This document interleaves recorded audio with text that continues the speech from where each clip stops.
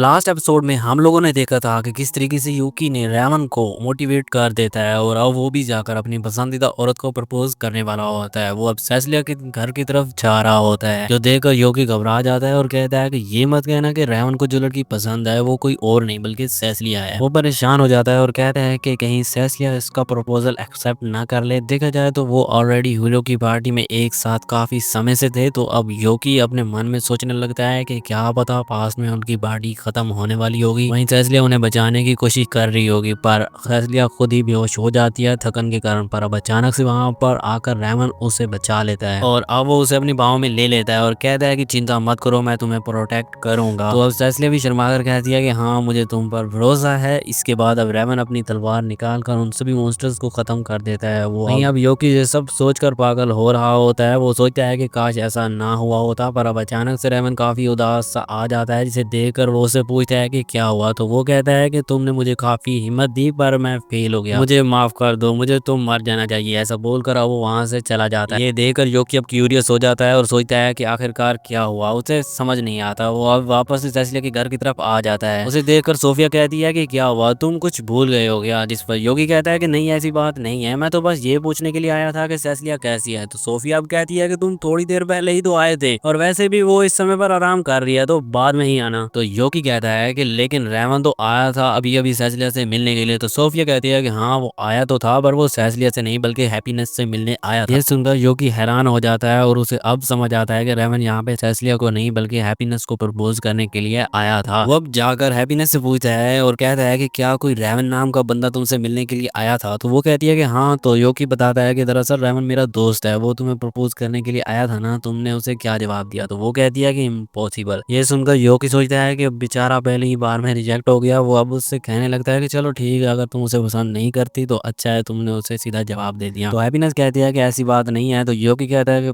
पर फिर तुमने उसे मना क्यों किया। पर अब हैप्पीनेस तो कुछ बताती नहीं है और सीधा वहां से चली जाती है। ये देखकर यूकी के मन में और भी डाउट्स आ जाते हैं। वो कहता है कि चलो ठीक है, बाद में मैं तुमसे पूछ ही लूंगा। अगले सीन में वो ये सारी बातें शेख और ड्यूक को बताता है। वहीं पर ये सारी बातें सुनकर ड्यूक अब उससे कहने लगता है कि आखिरकार आप एक इंसान को हैप्पीनेस के इतने करीब क्यों देख रहे हो। तो यूकी कहता है कि मैंने थोड़ी ना उन्हें मिलाया है। ड्यूक कहता है कि मुझे नहीं लगता कि हैप्पीनेस को बिल्कुल भी अच्छा लगेगा कि एक ह्यूमन आकर उसे प्रपोज कर रहा है, क्योंकि जो हैप्पीनेस की जाति होती है वो काफी ज्यादा अट्रैक्टिव होती है, इसलिए सारे इंसान आकर उन्हें पकड़ने की कोशिश करते हैं और उन्हें अपना स्लेव बनाने की कोशिश करते हैं। मैंने भी हैप्पीनेस को एक इंसान से ही बचाया था जो कि उसका पीछा कर रहा था, और उसी के बाद ही हम दोनों डीमन किंग की आर्मी में लाए गए थे। तो अब शेख कहता है कि मुझे नहीं लगता कि जो हैप्पीनेस है वो इंसानों को हेट करती है, क्योंकि सारे इंसान एक जैसे नहीं होते और ना ही बुरे होते हैं। वो भी तो एक मेड बनी है क्योंकि उसे वहाँ के लोग पसंद थे। तो यूकी कहता है कि हाँ शेख तुम सही कह रहे हो। तो अब ड्यूक भी कहता है कि हाँ मुझे पता है कि तुम्हें हैप्पीनेस की चिंता हो रही है, पर चिंता मत करो, रेवन बुरा पर्सन नहीं है, मेरे ख्याल से हैप्पीनेस को भी ये पता है। जिसके बाद अगले दिन यूकी अब गिल्ड में आ जाता है, पर अब वो देखता है कि आज तो करीमन यहाँ पे नहीं है। तो वहाँ पर जो दूसरी रिसेप्शन वाली होती है वो अब यूकी से कहती है कि तुम तो वही पर्सन हो जो कि वाइस गिल्ड मास्टर से बात करते रहते हो। तो यूकी कंफ्यूज होकर पूछता है कि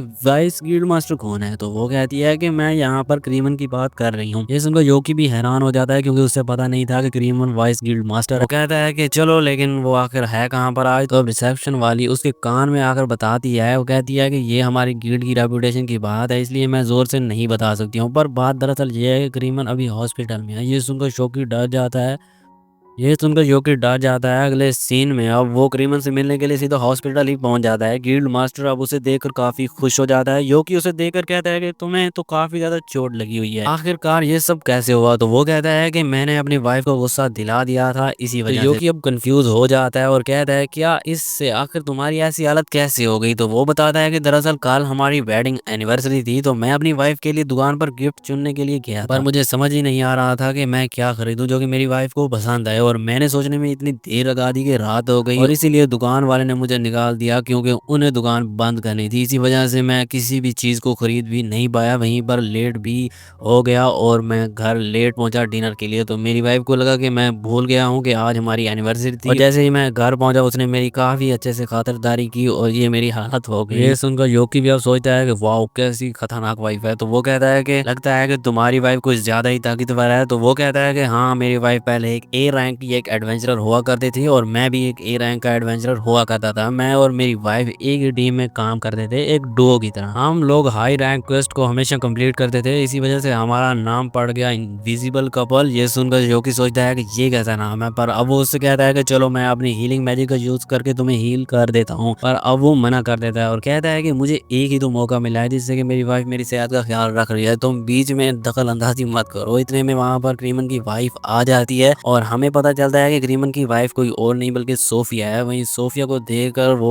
भी काफी खुश हो जाता है और कहता है कि डार्लिंग मैं तुम्हारा ही वेट कर रहा था। ये सुनकर सोफिया गुस्से में आकर उसे लात मार देती है और कहती है कि तुम डार्लिंग किसे बुला रहे हो, तुम तो हमेशा मुझे सोफिया बुलाया करते थे। वहीं पर क्रीमन अब तो अपनी चोट को इग्नोर करते हुए उसे कहता है कि वाह ऐसी ही एक और लात मार, जब मारा तो तुम्हारी स्कर्ट ऊपर हो गई थी और मुझे काफी कमाल का नजारा देखने को मिला था। तो सोफिया कहती है कि कोई बात नहीं, जिस पर योकी कहता है क्या ये सही में कोई बात नहीं है, तो वो कहती है कि हाँ आखिरकार ये मेरा हस्बैंड ही तो है। इसके बाद अब वो लोग अब बाहर आते हैं। सोफिया अब उसका शुक्रिया अदा करती है क्योंकि वो क्रीमन से मिलने के लिए आया था। योकी कहता है कि कोई बात नहीं, वैसे सेसिलिया कैसी है? तो सोफिया कहती है कि अब वो अच्छी है। तो अब योकी पूछता है कि क्या मैं जाकर उससे मिल सकता हूँ? तो सोफिया कहती है कि नहीं, आज सेसिलिया काफी बिजी है और काम के सिलसिले में बाहर गई हुई है। योकी भी अब थोड़ा सा उदास हो जाता है, पर तभी अब वो उससे कहता है कि मेरे ख्याल से लड़कियों को गिफ्ट मिलना काफी इंपॉर्टेंट लगता है ना? तो अब सोफिया गुस्से में आकर कहती है कि कहीं मेरे हस्बैंड ने तुम्हें कुछ बताया तो नहीं, आखिरकार हमारे बीच में क्या हुआ था? तो वो भी डर के कहता है कि नहीं नहीं ऐसा कुछ नहीं है, दरअसल मैं सेसिलिया के लिए एक ऐसा गिफ्ट खरीदना चाहता हूँ जो कि उसे काफी खुश कर दे। तो सोफिया कहती है कि इससे फर्क नहीं पड़ता कि तुम कैसा गिफ्ट लेके जा रहे हो, फर्क बस इस बात से पड़ता है कि तुम उस चीज को दिल से लेके जा रहे हो। ये एडवाइस सुनकर योगी कहता है कि ठीक है तो फिर मैं तुमसे बाद में मिलता हूँ। अगले सीन में अब योगी वहां से जा रहा होता है और वो सोचता है कि क्रीमन और सोफिया आपस में हस्बैंड वाइफ है। कितनी कमाल की बात है, अगर मेरी शादी सेसिलिया के साथ हुई तो कितना मजा आएगा। योगी अब ये इमेजिन करने लगता है कि किस तरीके से सेसिलिया उसके लिए खाना बनाएगी जब वो ऑफिस से काम करके आए, या फिर सेसिलिया अगर काम करके घर आएगी तो वो थक कर आएगी और योगी उसके लिए खाना तैयार करेगा। ये सब सोचकर अब वो कहता है कि अरे यार मैं ये क्या सोचने लग गया हूँ खुलेआम। इसके बाद अब वो रेमन से मिलने के लिए उसके रूम में आ जाता है। वो देखता है कि रेमन तो काफी उदास पड़ा हुआ है, तो वो कहता है कि हैप्पीनेस। ये सुनकर रेमन खड़ा हो जाता है और कहता है कि तुम्हें उसके बारे में कैसे पता? जिस पर वो कहता है कि दरअसल मैं हैप्पीनेस को काफी समय से जानता हूँ, मैं जानना चाहता हूँ कि आखिरकार तुम्हारे और हैप्पीनेस के बीच में ये सब कैसे हुआ? तो वो कहता है कि दरअसल एक दिन मैं शहर के अंदर पेट्रोलिंग कर रहा था। पेट्रोलिंग करते हुए रेमन ने देखा कि कुछ लोग हैप्पीनेस को परेशान कर रहे होते हैं और उसे छेड़ रहे होते हैं। तो अब रेमन आकर उन्हें गुस्से में देखता है, जो देखकर गुंडे भी अब गुस्से में आ जाते हैं और अब वो उसके ऊपर हमला कर देते हैं। पर अब रेमन अचानक से साइड हो जाता है और अब वो गुंडों को लात मार के पीछे गिरा देता है। तो बाकी गुंडे भी समझ जाते हैं कि ये रेमन है, यानी कि ये हीरो की पार्टी का मेंबर है, जिससे वो उन्हें रियलाइज हो जाता है और अब डर के मारे वहां से भाग जाते हैं। और रेमन भी वहां से जा रहा होता है, पर तभी हैप्पीनेस आकर उसके कपड़े पकड़ लेती है और कहती है कि शुक्रिया। तो रेमन भी अब गलती से बोल देता है कि कोई बात नहीं, ये तो मेरा काम है। पर अब अचानक से वो अपने मुंह को बंद कर लेता है क्योंकि ऑफ कोर्स वो अपनी आवाज को लेके इनसिक्योर था, लेकिन हैप्पीनेस उसका मजाक नहीं उड़ाती बल्कि वो उससे कहती है कि तुम्हारी आवाज बहुत ही प्यारी है। तो रेमन भी हैरान होकर कहता है क्या मैं तुम्हें पागल दिख रहा हूँ? मेरी आवाज बिल्कुल भी अच्छी नहीं है। जिस पर वो कहती है कि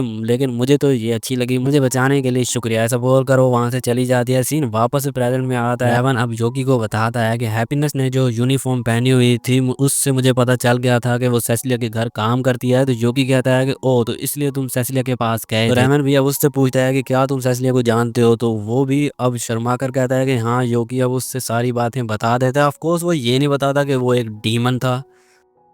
सारी बातें सुनकर रेमन अब कहता है कि तुम तो काफी कमाल के हो, तुमने अपना घर छोड़ दिया जिससे कि तुम अपनी पसंदीदा औरत को पा सको और तुम उसके लिए हर दिन मेहनत भी कर रहे हो। तुम्हारे कंपेयर में तो मैं कुछ भी नहीं हूँ। ये देखकर योगी कहता है कि इतना उदास मत हो, हैप्पीनेस बस इंसानों को अच्छे से डील नहीं कर पाती, उसके पास में ट्रॉमा रहा है लड़कों के साथ। तो अब रेमन कहता है कि लगता है कि मेरी भी गलती है, मैंने ही अचानक से उसे प्रपोज कर दिया तो वो डर गई। तो योगी कहता है कि मुझे नहीं लगता कि ऐसा है, पर फिर भी मेरे ख्याल से गिव अप करना काफी जल्दी हो जाएगा, तुम्हें अभी गिव अप नहीं करना चाहिए। चलो मेरे साथ अब टाउन में चलो, मैं तुम्हें एक ऐसी चीज दिखाता हूँ। अगले सीन में वो लोग अब वापस से उसी ज्वेलरी शॉप में आ जाते हैं जहाँ पर काफी सारे कपल्स एक दूसरे के लिए सामान खरीद रहे थे। तो देखकर अब रेमन भी अब उससे पूछता है कि आखिरकार तुम हमें यहाँ पर क्यों ले आए हो? तो वो कहता है कि तुम्हें अपने आप ही पता चल जाएगा। ऐसा बोलने के बाद जो कि अब दुकान में उसी नेकलेस को देखता है जो कि उसने एक बार सेसिलिया को पहना कर देखा था। वो देखकर काफी खुश होता है कि वो अभी भी नहीं बिका था, इसीलिए वो जाकर अब उसे खरीद लेता है। इसके बाद वो देखता है कि रेमन रेमन भी अब हैप्पीनेस के लिए कुछ खरीदने की सोच रहा है। उसे एक फ्लावर जैसी चीज पसंद आ रही होती है जो कि थोड़े बहुत पंखों की तरह लग रहा था। वो देखकर जो कि कहता है कि हैप्पीनेस के लिए परफेक्ट रहेगा, क्यों ना तुम उसके लिए खरीद लो। तो रेमन अब कहता है कि लेकिन मैं उसके लिए अनजान हूँ, अगर मैं उसे ऐसे गिफ्ट दूंगा तो वो और डर जाएगी ना। तो अब योकी उससे सोफिया की बात चिपका देता है और कहता है कि इससे फर्क नहीं पड़ता, फर्क बस इससे पड़ता है कि तुम उस चीज को दिल से दे रहे हो, और वैसे भी इस चीज का डिजाइन हैप्पीनेस को काफी ज्यादा पसंद आएगा, उसके लिए ये परफेक्ट है। तो अब रेमन भी सोचता है कि हाँ ये उसके ऊपर अच्छा तो लगेगा, इसलिए वो अब उसे चूज कर लेता है और अब वो दुकान पर आकर उसे खरीद लेता है। वो दुकानदार को लिखकर बताता है कि मुझे ये चाहिए। इसके बाद वो लोग अब बाहर निकल ही रहे होते हैं,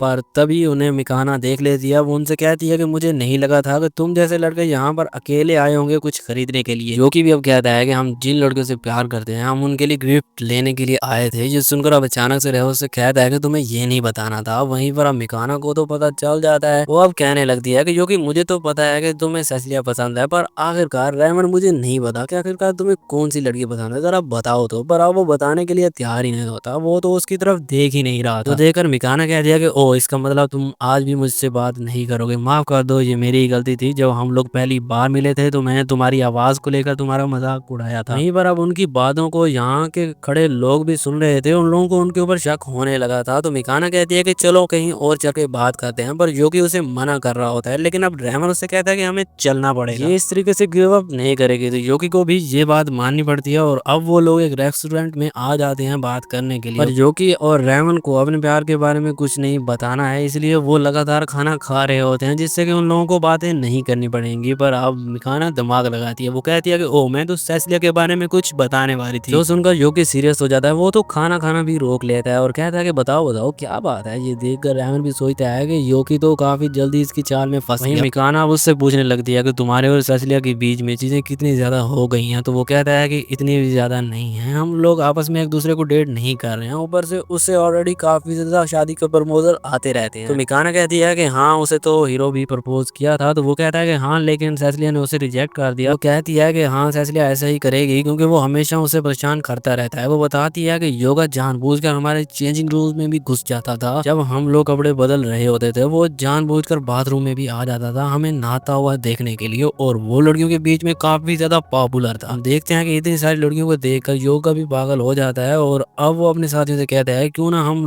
लोग इन लड़कियों के लिए आज रात यहीं पे रुक जाएं, मिशन हम लोग बाद में कर लेंगे। ये सुनकर सेसिलिया गुस्से में आ जाती है और वो कहती है कि तुम अपने मिशन को इन लड़कियों के लिए भूल रहे हो, चुपचाप से काम पे चल लियो वरना मैं तेरी एकड़ी निकाल दूंगी। ये सुनकर सभी डर जाते हैं। मिकाना अब कहती है कि जब सेसिलिया सीरियस हो जाती है तो उसे कोई नहीं रोक सकता, तो उसे गुस्सा कभी मत दिलाना। इसके बाद अब वो रेमन से पूछती है कि तुम किसे पसंद करते हो। तभी योगी अब बीच में आ जाता है। वो कहता है कि नहीं मैं रेमन का सीक्रेट एक्सपोज नहीं होने दूंगा। तो मिकाना कहती है कि तुम तो इस तरीके से कह रहे हो कि मैं जैसे एक विलन हूँ, मुझे पता है कि तुम मेरी बात पर बिलीव करोगे नहीं, पर मैं भी दरअसल थोड़ी मदद करना चाहती हूँ। कभी कभार ऐसी चीजों के बारे में बात करने से खुद की ही मदद हो जाती है। ये सुनकर रेमन कहता है कि इसका मतलब तुम्हें भी कुछ लव की एडवाइस चाहिए, अगर ऐसी बात है तो तुम योकी से मदद ले सकती हो। तो अब मिकाना भी उसकी बात मान लेती है और वो बताने लगती है कि दरअसल मैंने एक चीज की जिसकी वजह से योगा मुझे हेट करता है, जो चीज मैंने की उसके बारे में रेमन को ऑलरेडी पता है और योगी तुम्हें पता नहीं होगा, मैं तुम्हें बताने वाली हूँ, पर प्रॉमिस करो कि तुम इस चीज को किसी को नहीं बताओगे। तो योगी कहता है कि ठीक है। तो अब मिकाना बताती है कि दरअसल हम डीमन कासल में बहुत ही बार हारे थे। वहीं योगी को तो ये बहुत ऑलरेडी पता थी, पर अब वो नाटक कर रहा था, क्या सच में? तो वो कहती है कि हाँ, पर हमें बार बार हराने वाला डीमन किंग नहीं था बल्कि एक गार्ड था जो कि काफी ज्यादा ताकतवर था। वो तो हमारे साथ बस खेल रहा था। वो यहाँ पर योगी की बात कर रही थी। मिकाना बताती है कि जब हम लोग हार रहे थे तो वो हमें हर बार नजदीक के विलेज में छोड़ देता था। वो इतना ज्यादा दयालु था कि वो हमारी चोटों को भी ठीक कर देता था, जो कि हमारे लिए काफी शेम की बात थी। पर हमने वहाँ के विलेजर्स को झूठ बोला, हमने उन्हें बताया कि हम लोग वापस इसलिए आए हैं कि हम लोगों को अभी तैयारी करनी थी। तो वो लोग भी हमारे लिए काफी सारी चीजें लेकर आया करते थे, जैसे खाने पीने के लिए, और हमें चेयर अप भी किया करते थे। सभी लोगों की होप सिर्फ हीरो की पार्टी के साथ थी, इसलिए हमने लोगों को भी सच बताया ही नहीं। हमने बार बार लड़ने की कोशिश की, पर हम लोग पूरा महीना हारते रहे बार बार। देखते ही देखते विलेज के अंदर हमारी वजह से खाने की कमी पड़ गई। लोगों को समझाने में मुश्किल हो रहा था कि हम लोग बार बार वापस क्यों आ जाते हैं। हम लोग काफी परेशान हो गए थे। एक दिन वो जो डीमन गार्ड था उसने एक ऑफर रखा हमारे सामने कि अगर हम लोग सेसिलिया को वहां पर छोड़ देंगे तो वो हम तीनों को आगे जाने देगा। तो मैं ही वो पर्सन थी जिसने सभी लोगों को मनाया था कि हम लोगों को इस डीमन की बात मान लेनी चाहिए, और इसी वजह से जोगा मुझे हेट करता है क्योंकि इसी वजह से मैंने सेसिलिया की जान को खतरे में डाल दिया था। ये बात मुंह पर तो कहता नहीं है पर उसके एक्शन से मुझे समझ आ जाती है। तुम भी मुझे माफ नहीं करोगे ना? तुम तो सेसिलिया से प्यार करते हो और उसे मैंने मरने दिया, तुम भी मुझे हेट करोगे ना? ये सुनने के बाद अब रेमन अपने मुंह से बोल पड़ता है। वो अब जोकी से कहता है कि प्लीज मिकाना को ब्लेम मत करना। मिकाना भी ये देखकर काफी हैरान हो जाती है कि रेमन बात कर रहा है। रेमन अब कहने लगता है गलती मेरी भी है, मुझे भी उस टाइम पर आवाज उठानी चाहिए थी और सेसिलिया को रोकना चाहिए था। मिकाना मुझे माफ कर दो। ये सुनकर मिकाना भी थोड़ी उदास हो जाती है। ये सुनकर योकी को भी बुरा लगता है। वो सोचता है कि मेरी वजह से हीरो की पार्टी के अंदर दरार आ गई। वो अब उन लोगों से कहता है कि क्या तुम लोगों ने सेसिलिया को अपने मन की बात बताई? तो मिकाना कहती है कि आखिरकार मैं सेसिलिया से किस मुंह से बात करूंगी। मैंने सेसिलिया को सेक्रीफाइस किया योगा के ऑनर बचाने के लिए, क्योंकि मैं योगा से प्यार करती हूँ। अगर मैं उससे सॉरी भी करूंगी तो वो मुझे माफ नहीं करेगी। तो योगी कहता है कि अगर तुम उसे कुछ भी नहीं कहोगी तो चीजें तुम लोगों के बीच में ऐसे हमेशा ऑकवर्ड रहेंगी। जरा सोच कर देखो, क्या तुम चाहती हो कि चीजें ऐसी ही रहें? तो वो अब रोने लगती है और कहती है कि हाँ तुम सही कर रहे हो, मैं इस तरीके से चीजों को नहीं छोड़ सकती हूँ। वो उससे कहती है कि तुम्हारा चेहरा काफी डल है पर फिर भी तुम तो काफी काम के निकले। इसके बाद मिकाना तो वहां से चली जाती है। तो रेमन भी अब योगी से कहता है कि मैं भी नहीं चाहता हूँ कि चीजें इसी तरीके से खत्म हो जाए, मैं फिर से ट्राई करूंगा और जाकर हैप्पीनेस से मिलूंगा। अगले सीन में वो लोग अब सेसिलिया के घर पर आ जाते हैं हैप्पीनेस से मिलने के लिए, पर अब वहां पर ड्यूक खड़ा था जिसे देखकर अब योगी कहता है कि तुम यहाँ क्या कर रहे हो? वो कहता है कि शेख को सिला से मिलना था और मैं उसे लेकर आया हूँ। वैसे तुम्हारे साथ ये कौन है? तो योगी बताता है कि ये रेमन है, इसके बारे में मैंने तुम्हें बताया था ना। तो उसका नाम सुनकर अब ड्यूक छिड़ जाता है। वो अब रेमन से कहता है कि ओ तो तुम वही हो जिसने हैप्पीनेस को प्रपोज किया है, उसने तुम्हें ऑलरेडी रिजेक्ट कर दिया है, तो तुम फिर यहाँ पर क्या कर रहे हो? तुम्हें शर्म नहीं आती क्या? ये देखकर अब योकी उसे शांत कराता है। वो अब रेमन से भी कहता है कि माफ कर देना, ड्यूक ने तुमसे ये कहा। ड्यूक बस हैप्पीनेस का दोस्त है और उसे बस उसकी चिंता है। इसके बाद ड्यूक अब रेमन से कहता है कि आखिर तुम्हें क्या चाहिए? जिसके भी बुरे इरादे होंगे हैप्पीनेस को लेकर मैं उसको मार दूंगा। पर अब रेमन तो कुछ कह ही नहीं रहा होगा। ड्यूक कहता है कि अगर तुम कुछ नहीं कहने वाले हो तो चले जाओ यहाँ से, मैं अपने दोस्त को तुम जैसे डरपोक के पास नहीं जाने दूंगा। अब योकी बीच में बोलकर रेमन की साइड लेने ही वाला होता है, पर रेमन योकी को रोक लेता है और वो अपने मुंह से बोलने लगता है। वो ड्यूक से कहता है कि मुझे हैप्पीनेस के बारे में कुछ नहीं पता, मुझे ये भी नहीं पता कि जब मैं उसे देखूंगा तब मैं क्या करूंगा। तो ड्यूक कहता है कि क्या तुम्हें ये नहीं कहना चाहिए कि मैं तुम्हें प्रोटेक्ट करूंगा या फिर तुम्हें खुश रखूंगा? तो वो कहता है कि नहीं, ये शब्द मेरे नहीं। तभी वो लोग देखते हैं कि शेख हैप्पीनेस के पास था और अब वहां से चला गया, जिसकी वजह से हैप्पीनेस अकेली हो जाती है। तो ड्यूक अब ये देखकर अब रेमन से कहता है कि जाओ फिर अपने मुंह से ये शब्द यूज करके हैप्पीनेस को बटा लो। वो अब उसे धक्का मार के आगे भेज देता है। तो अब वो भी चला जाता है। ये सब देखकर योकी अब ड्यूक से कहता है कि ये तुम क्या कर रहे हो? तो ड्यूक कहता है कि मैं तो बस यार उसे टेस्ट कर रहा था, बाकी तो हैप्पीनेस पर डिपेंड करता है कि उसे क्या चाहिए। इसके बाद अब रेमन हैप्पीनेस के पास आकर पिछली बार के लिए माफी मांगता है। मैंने तुम्हें अचानक से प्रपोज कर दिया था, मैं तुम्हारे लिए ये तोहफा लाया हूँ, क्या तुम मेरी दोस्त बनोगी? ये सुनकर तो हैप्पीनेस भी शर्मा जाती है और अब वो गिफ्ट भी ले लेती और कहती है कि अगर बात सिर्फ दोस्त तक है तो मैं तुम्हारी दोस्त जरूर बनेंगी। अरे भाई साहब, इसने तो सीधा फ्रेंड जोन में ही डाल दिया। पर कोई ना, रेमन के लिए इतना ही काफी है, कहीं बाद में इसका कट ना जाए। एनीवे गाइस, आज के एपिसोड के लिए इतना ही था। आई डोंट नो व्हाई आज के एपिसोड में हम लोगों को सेसिलिया क्यों नहीं दिखाई गई। आज के लिए तो इतना ही है। अगर तुम्हें ये वाला एपिसोड पसंद आया हो तो लाइक कर देना, चैनल पर नए हो तो चैनल को सब्सक्राइब करके ऑल नोटिफिकेशन ऑन कर देना। मैं मिलूंगा तुम लोगों को नेक्स्ट एपिसोड के अंदर। अगर तो इसके पहले के एपिसोड नहीं देखे तो लिंक इन द डिस्क्रिप्शन जरूर से जाके देख लेना। तब तक के लिए बाय बाय।